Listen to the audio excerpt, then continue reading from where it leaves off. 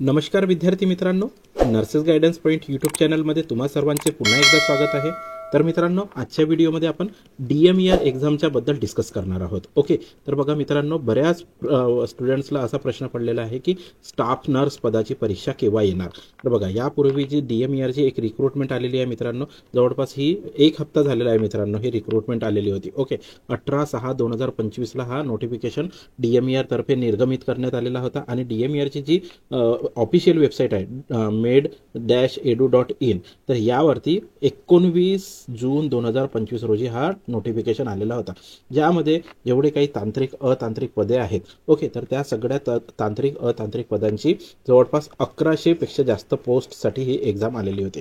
तर हा जो नोटिफिकेशन आहे, आय होप तुम्ही सगळ्यांनी यापूर्वी सुद्धा बघितला असेल। तर यामध्ये जवळपास कोणत्या 19 जवळपास पदे होती, ग्रंथपाल, आहारतज्ञ, समाजसेवा, ओके, सॉरी 15 टाईपच्या पोस्ट होत्या। ओके, वाहन चालक, त्याच्यानंतर औषध निर्माता, दंत तंत्रज्ञ, तर अशा एकूण किती वॅकन्सीज होत्या मित्रांनो, 1058 वॅकन्सीज होत्या, नियर बाय 1100 वॅकन्सीज यामध्ये आलेल्या होत्या। परंतु मित्रांनो, यामध्ये जर बघितलं तर आपले स्टाफ नर्सचं जो पद आहे, अधिपरिचारिका म्हणतो, ओके, तर त्या पदाचा यामध्ये कुठेही उल्लेख नाही, किंवा जे स्टाफ नर्स पदाची जी रिक्रुटमेंट येणार होती असे सगळेच बोलत होते। सगळ्यांनी यावरती व्हिडिओ तयार केलेला होता की सगळ्यांचं म्हणणं असं होतं की या वर्षामध्ये DMER ची रिक्रुटमेंट येणार, त्यामध्ये स्टाफ नर्स पदाचा सुद्धा समावेश असेल। ओके, परंतु जर ही रिक्रुटमेंट बघितली, हा जर PDF बघितला, तर यामध्ये आपल्या स्टाफ नर्स पदाचा उल्लेख नाही। ओके, फक्त गट क मधील जे तांत्रिक अतांत्रिक पदे आहेत त्यांचा 19 जून 2025 रोजी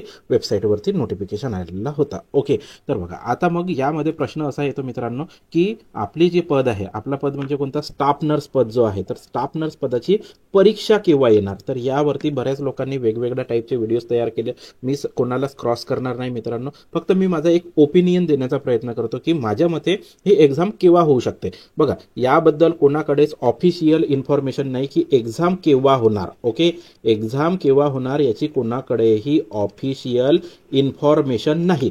परंतु मित्रांनो, बऱ्याच लोकांकडे काही सोर्सेस असतात, काही लोकांकडे स्वतःचा नॉलेज असतो, किंवा काही लिंक्स असतात ज्या थ्रू माहिती होते की कोणत्या ड्युरेशनमध्ये एक्झाम येऊ शकते, कोणत्या महिन्यामध्ये एक्झाम येऊ शकते। ओके, तर त्याच अनुषंगाने आपण या व्हिडिओमध्ये डिस्कस करणार आहोत की आपली जी होणारी एक्झाम आहे ती केव्हा होऊ शकते आणि किती पदांसाठी होऊ शकते। बघा, यामध्ये जवळपास मला वाटते मित्रांनो, जवळपास 3300 ते 3500 पदे येऊ शकतात। ओके, हे कोणत्या बेसिसवरती बोलतोय मित्रांनो, तर बघा, आता सध्याच्या कंडिशनमध्ये जर बघितलं मित्रांनो, तर आपल्या महाराष्ट्रामध्ये एकूण 10 नवीन मेडिकल कॉलेजेसला मान्यता मिळालेली होती। 10 कोणते कोणते आहेत मित्रांनो, एक स्वतः मुंबईचा एक कॉलेज होता, त्यानंतर अंबरनाथमध्ये एक मेडिकल कॉलेज ओपन झालेला होता, त्यानंतर नाशिकचा मेडिकल कॉलेज, ओके, त्यानंतर जालना, ओके, अमरावती, त्यानंतर गडचिरोली, बुलढाणा, वाशिम, भंडारा आणि हिंगोली, असे किती डिस्ट्रिक्ट्स होते मित्रांनो, ज्यामध्ये नवीन मेडिकल कॉलेजेस ओपन झालेले आहेत। एकूण 10 डिस्ट्रिक्ट्स ओपन होते। ओके, आणि 10 डिस्ट्रिक्ट्समध्ये कॉलेजेस ओपन झालेले होते। ओके, तर बघा, हे जे कॉलेज ओपन झाले हे केव्हा ओपन झालेले आहेत, हे जवळपास मागच्या वर्षी म्हणजे 2024ला याची ओपनिंग झालेली आहे।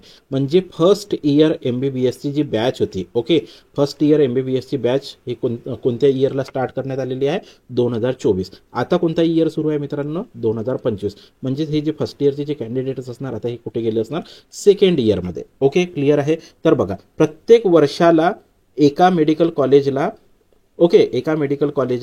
किती 125 पदे, नर्सिंग पदे मान्यता मिळत असते। ओके, म्हणजे समजलं आता तुम्हाला की मुंबईच्या जो 2025ला किती पदाची मान्यता मिळाली असणार, 125। ओके, त्यानंतर अंबरनाथला सुद्धा 125 पदांची, कोणत्या इयरमध्ये, 2024 या इयरमध्ये, ज्यावेळेस फर्स्ट इयरची बॅच चालू झालेली होती।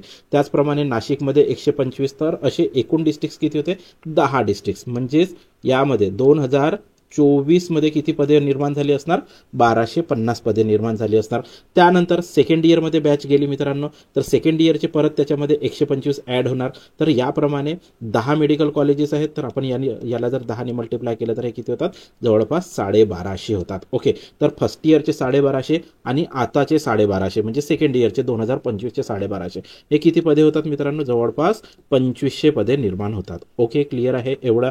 त्यानंतर बघा, आपल्या महाराष्ट्रामध्ये बरेचसे मेडिकल कॉलेजेस आहेत किंवा सुपर स्पेशालिटी कॉलेजेस आहेत. Okay, super speciality colleges, super speciality hospitals आहेत, कॉलेज आणि हॉस्पिटल्स म्हणून घेऊया त्यांना.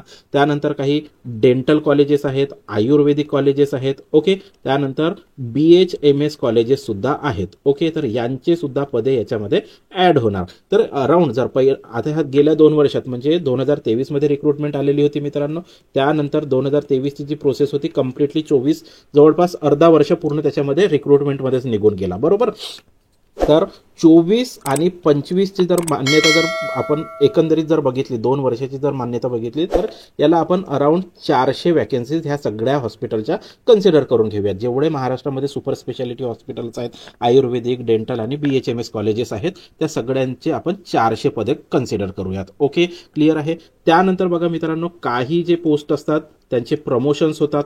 प्रमोशन्स म्हणजे काय, जे स्टाफ नर्स असतात त्यांचा प्रमोशन इन्चार्जच्या पोस्टवरती होतो. ओके, इन्चार्जवरती पोस्ट प्रमोशन झाल्यामुळे जे स्टाफ नर्सचा जो पद असतो तो वॅकेंट होतो. ओके, तर त्यासुद्धा आपण वॅकन्सी ज्याच्यामध्ये ॲड करून घेऊयात. तर 2024चे काही प्रमोशन झाले असणार, 2025 मध्ये सुद्धा प्रमोशन झाले असणार. तर अख्ख्या महाराष्ट्रामध्ये जर आपण नाही निदान 200 आपण प्रमोशन्स कन्सिडर करून घेऊयात. ओके, क्लिअर आहे.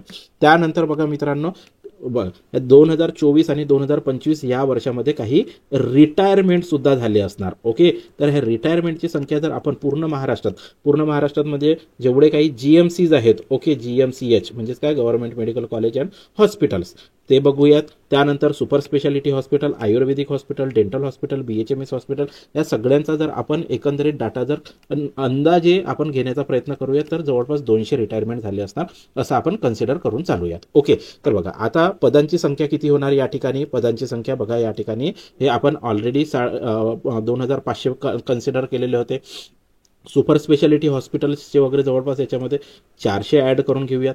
त्यानंतर प्रमोशनचे जे पोस्ट होते त्या आपण 200 ॲड करून घेऊयात आणि रिटायरमेंटच्या ज्या पोस्ट्स आहेत त्या आपण 200 ॲड करून घेऊयात. ओके, तर हे जवळपास किती होणार मित्रांनो, हे जवळपास 3300च्या जवळपास होणार. ओके, किती होणार, 3300. म्हणून मी एक आकडा सांगितलेला होता मित्रांनो, 3300 ते 3500च्या मध्ये रिक्रुटमेंट होऊ शकते. ओके, बघा हा जो नंबर आहे मित्रांनो, हा एक अंदाजे नंबर आहे, असा काही फिक्स नंबर नाही. मी नाही, कोणताच व्यक्ती हा नंबर तुम्हाला फिक्स सांगू शकणार नाही. अनटिल अँड अनलेस जेव्हापर्यंत तुमचा तो ऑफिशियल नोटिफिकेशन येणार नाही तेव्हापर्यंत हा नंबर फिक्स नाही.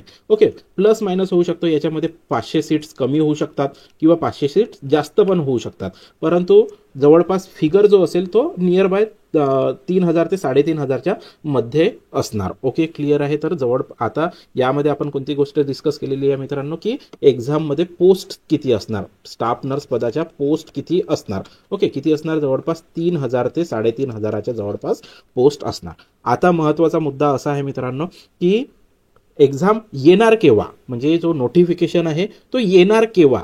ओके, तर यावरती सुद्धा बऱ्याच लोकांनी आपले अझम्पशन्स दिलेले आहेत. मला कोणालाच क्रॉस करायचा नाही आहे मित्रांनो, असणार त्यांचे सोर्स असू शकतात, त्याप्रमाणे मी माझा लॉजिक सुद्धा तुम्हाला सांगण्याचा प्रयत्न करतो.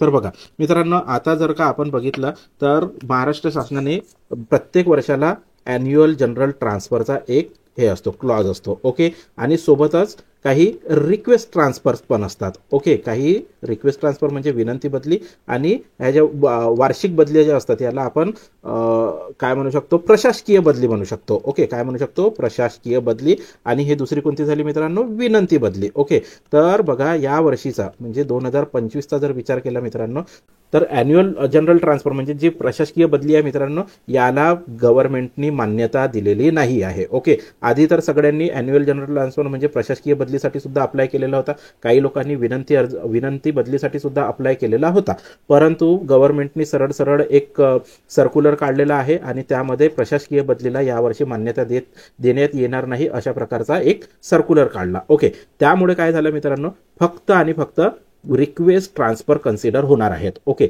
आणि हे जे रिक्वेस्ट ट्रान्सफरसाठी बघा, पहिल्यांदा ह्या दोन्ही याच्यासाठी अप्लिकेशन मागवण्यात आलेले होते. जे लोक विलिंग आहेत त्यांनी सगळ्यांनी अप्लिकेशन केलेलं होतं, परंतु बघा मग त्यानंतर हे काय झालं, जे प्रशासकीय बदलीबद्दल एक आदेश निर्गमित करण्यात आला की प्रशासकीय बदली होणार नाही, तर त्यामुळे फक्त आता मान्यता कशाला भेटलेली होती मित्रांनो, तर रिक्वेस्ट ट्रान्सफरला मान्यता भेटली होती. ओके, तर मग काय करण्यात आलं मित्रांनो, की रिक्वेस्ट ट्रान्सफरची जी डेट होती, अगेन ज्यांनी प्रशासकीयमधून समजा जर फॉर्म भरलेला असेल आणि त्यांना असं वाटतंय की आता प्रशासकीय बंद केलं यावर्षी होणार नाही, तर त्यांना जर असं वाटत असेल की विनंती बदलीमधून सुद्धा आपल्याला बदली करता येते तर आपण करून घ्यावं, तर त्या लोकांनी काय केलेलं आहे की बदलीसाठी म्हणजे विनंती बदलीसाठी अर्ज केलेला आहे. ओके, तर अर्जाची जी शेवटची दिनांक होती मित्रांनो, ही होती 4 जून होती. ओके, 4 जून 2025 पर्यंत अर्ज करायचे होते. ओके, आता हे जे अर्ज केले मित्रांनो, ज्या लोकांनी प्रशासकीय बदलीमध्ये झालं नाही किंवा नाही होणार होते त्याच्यामुळे रिक्वेस्ट ट्रान्सफर टाकली, अगेन ज्यांनी रिक्वेस्ट ट्रान्सफर टाकली होती त्यांना डबल चान्स भेटला की रिक्वेस्ट ट्रान्सफरमध्ये अगेन त्यांना अप्लाय करायचा होता. तर 4/6/2025 पर्यंत यांनी अप्लाय केलेला आहे. ओके, त्यानंतर बघा मित्रांनो, मी रिसेंटली याचा स्टेटस घेतलेला आहे की ज्या लोकांनी विनंती बदलीसाठी अर्ज केलेला होता त्यांचा काय झालेला आहे. ओके, तर बघा, पूर्वी जे विनंती बदली अर्ज टाकलेले होते, ओके, म्हणजे प्रशासकीय काही टाकले होते आणि विनंती अर्ज टाकलेले होते, त्यापैकी मित्रांनो काही जे कर्मचारी आहेत त्यांची ट्रान्सफर 30 मे 2025 रोजी ऑलरेडी झालेली आहे. ओके, काय म्हटलेलं आहे मी, 30 मे 2025 रोजी एक लिस्ट जी फर्स्ट ट्रान्सफर लिस्ट होती ती आलेली होती. ओके, त्याच्यानंतर अगेन 4/6 पर्यंत डेट वाढवण्यात आलेली, मुदत वाढवण्यात आली, ज्यामध्ये विनंती अर्ज मागवण्यात आले. ओके, तर आता काही कॅन्डिडेट्स असे असणार ज्यांनी काय केलेलं आहे, विनंती अर्ज टाकलेला आहे आणि त्यांचे आता अप्लिकेशन्स म्हणजे जमा झालेले आहेत. ओके, तर आता पुढची जी प्रोसेस आहे मित्रांनो, ती पुढची प्रोसेस आता सध्या थांबलेली आहे. मी करंट स्टॅटस माहिती केला, तर करंट स्टॅटस मध्ये असं माहिती झालेलं आहे मित्रांनो की जवळपास 1 महिना लागणार परत. ओके, कशाकरिता 1 महिना लागणार, जी सेकंड ट्रान्सफर लिस्ट येणार आहे. ओके, कोणाची ट्रान्सफर लिस्ट येणार मित्रांनो, ज्यांनी विनंती बदलीसाठी अर्ज केलेला आहे. ओके, तर आता ह्या विनंती बदलीचा आणि आपल्या रिक्रुटमेंटचा संबंध काय बघा मित्रांनो, एका हॉस्पिटलमधून जेव्हा दुसऱ्या हॉस्पिटलमध्ये जात आहेत तर म्हणजेच काय झालं, या ठिकाणची पोस्ट वॅकेंट झाली आणि दुसऱ्या ठिकाणी ती पोस्ट भरण्यात आलेली आहे. म्हणजेच काय होणार, जी बिंदू नामावली म्हणतो आपण. ओके, तर या बिंदू नामावलीमध्ये चेंजेस होणार. ओके, तर जेव्हापर्यंत यांच्या ट्रान्सफर होणार नाही, ओके, काय म्हटलेलं आहे, जेव्हापर्यंत यांच्या ट्रान्सफर होणार नाही तेव्हापर्यंत नेक्स्ट बिंदूनामावली तयार होणार नाही. ओके, आणि ही बिंदूनामावली तयार झाल्यानंतरच तुमची ॲडव्हर्टाइजमेंट येणार मित्रांनो. ओके, तर आता जवळपास 1 महिना तुम्ही विनंती अर्जाच्या बदलीसाठी समजून घ्या. त्यानंतर अजून अगेन 15 ते 20 दिवस ह्या बिंदूनामावलीकरिता कन्सिडर करून घ्या. म्हणजे हा जवळपास 1.5 ते 2 महिन्याचा ड्युरेशन हात झाला मित्रांनो. ओके, आता तर आजची जी डेट आहे मित्रांनो 26 जून आहे. ओके, तर 26 जून आता म्हणजे जवळपास महिना संपलेला आहे, जून महिना संपलेला आहे, जुलै महिन्याला सुरुवात झालेली, म्हणजे आता 1 तारखेपासून जुलै महिना सुरुवात होणार, 3-4 दिवसानंतर किंवा 5 दिवसानंतर जुलै महिना सुरू होणार. ओके, तर ह्या जुलै महिन्याचा म्हणजे आता जवळपास या ठिकाणी 1 ते आपण 1.5 महिना कन्सिडर केलेला होता. तर हा जुलै महिना पूर्ण जाणार मित्रांनो. ऑगस्ट महिना सुद्धा पूर्ण जाऊ शकतो. एकतर ऑगस्टच्या 3rd किंवा 4th वीकमध्ये तुमचा नोटिफिकेशन येऊ शकतो, किंवा असं पण होऊ शकते मित्रांनो की पूर्ण 1 महिना सुद्धा जाऊ शकतो, ऑगस्ट महिना जाऊ शकतो. इन केस जर तुमचा नोटिफिकेशन ऑगस्टमध्ये नाही आला मित्रांनो, तर मॅक्झिमम चान्सेस आहेत की तुमची जी रिक्रुटमेंट आहे ती सप्टेंबर महिन्यामध्ये येऊ शकते. ओके, क्लिअर आहे. तर तुमची रिक्रुटमेंट केव्हा येऊ शकते, सप्टेंबर महिन्यामध्ये येऊ शकते. तर बघा मित्रांनो, आता ही जी इन्फॉर्मेशन सांगतोय मित्रांनो, की याच्यामध्ये म्हणजे कमी जास्त होऊ शकतो. कधी म्हणजे जे काही सांगितलेलं आहे त्याच्या काही 15-20 दिवसापूर्वी, 1 महिन्यापूर्वी सुद्धा नोटिफिकेशन येऊ शकतो, किंवा 1 महिना उशिरा सुद्धा होऊ शकतो. असं काही फिक्स नाही आहे मित्रांनो. हे जस्ट काय आहेत की जे काही सोर्सेस थ्रू माहिती भेटते त्याच्या थ्रू मी तुम्हाला सांगण्याचा प्रयत्न केलेला आहे. आणि मीच नाही मित्रांनो, तर अख्ख्या महाराष्ट्रामध्ये कुणाकडेच ही इन्फॉर्मेशन नाही की एक्झाम पर्टिक्युलरली कोणत्या महिन्यामध्ये होणार. ओके, त्यामुळेच मी मित्रांनो सांगण्याचा प्रयत्न करतोय की जी काही इन्फॉर्मेशन आहे ती मी इकडून तिकडून मिळवलेली आहे. काही माझे अजम्पशन्स आहेत याच्यामध्ये, त्या थ्रू मी तुम्हाला इन्फॉर्मेशन सांगत आहो मित्रांनो. तर या इन्फॉर्मेशन मध्ये मागे पुढे होऊ शकतो मित्रांनो. ही तुम्ही जर असा विचार करणार की सप्टेंबरमध्ये येणार तेव्हा आम्ही अभ्यासाला बसणार, तसं नाही करायचा मित्रांनो. तुम्हाला माहिती आहे जवळपास 99% चान्सेस आहेत मित्रांनो की तुमची रिक्रुटमेंट येणार आहे. ओके, काही 1% चान्सेसला आपण मागे पुढे समजून घेऊयात, परंतु 99% चान्सेस आहेत की तुमची रिक्रुटमेंट येणारच आहे. ओके, तर त्या पद्धतीने त्या अनुषंगाने तुम्हाला तुमचा अभ्यास सुरू ठेवायचा आहे. ओके, बघा, जेव्हा रिक्रुटमेंट येणार मित्रांनो तेव्हा हार्डली तुम्हाला 1 ते 1.5 महिना भेटणार. ओके, रिक्रुटमेंट पब्लिश झाल्यापासून 1 1 ते 1.5 महिन्याचा ड्युरेशन भेटणार एक्झाम करिता. तर एवढा मोठा सिलेबस आहे, एवढा कॉम्पिटिशन आहे मित्रांनो. तर यामध्ये तुम्हाला जर टिकून असायचं असेल तर ह्या 1.5 महिन्यात तर अभ्यास होणे पॉसिबल नाही. म्हणून आजच्या तारखेपासूनच तुम्हाला अभ्यास करणे गरजेचं आहे. जवळपास 3 ते 4 महिन्याचा जर तुमचा जर स्टडी जर असेल मित्रांनो, तर तुमचे मॅक्झिमम चान्सेस आहेत एक्झाममध्ये सिलेक्ट होण्याचे. ओके, तर बघा मित्रांनो, जे काही मला माझ्या नॉलेजनुसार किंवा माझ्या माहितीनुसार जे काही मला माहिती होती एक्झामबद्दल, ती सगळी माहिती मी तुमच्यासमोर प्रेझेंट करण्याचा प्रयत्न केला आहे मित्रांनो. ही माहिती कशी वाटली ते मला कमेंट बॉक्समध्ये नक्की कळवा. तसेच मित्रांनो, हा व्हिडिओ तुम्हाला आवडला असेल तर व्हिडिओला लाईक करा. तसेच मित्रांनो, नर्सेस गायडन्स पॉईंट यूट्यूब चॅनलला सुद्धा सबस्क्राईब करा. मित्रांनो, चॅनल सबस्क्राईब केल्यानंतर बेल आयकनला प्रेस करायला विसरू नका, जेणेकरून येणाऱ्या सर्व व्हिडिओचं नोटिफिकेशन तुम्हाला तुमच्या मोबाईलवरती इझिली भेटणार. तसेच मित्रांनो, तुमची DMER एक्झामच्या रिलेटेड कोणतीही क्वेरी असेल ते तुम्ही मला कमेंट बॉक्समध्ये विचारू शकता. मी प्रत्येक क्वेरीचा आन्सर करण्याचा प्रयत्न करतो मित्रांनो. तर मित्रांनो, भेटूया नेक्स्ट व्हिडिओमध्ये नेक्स्ट माहितीसोबत. तेव्हापर्यंत जय हिंद, जय महाराष्ट्र.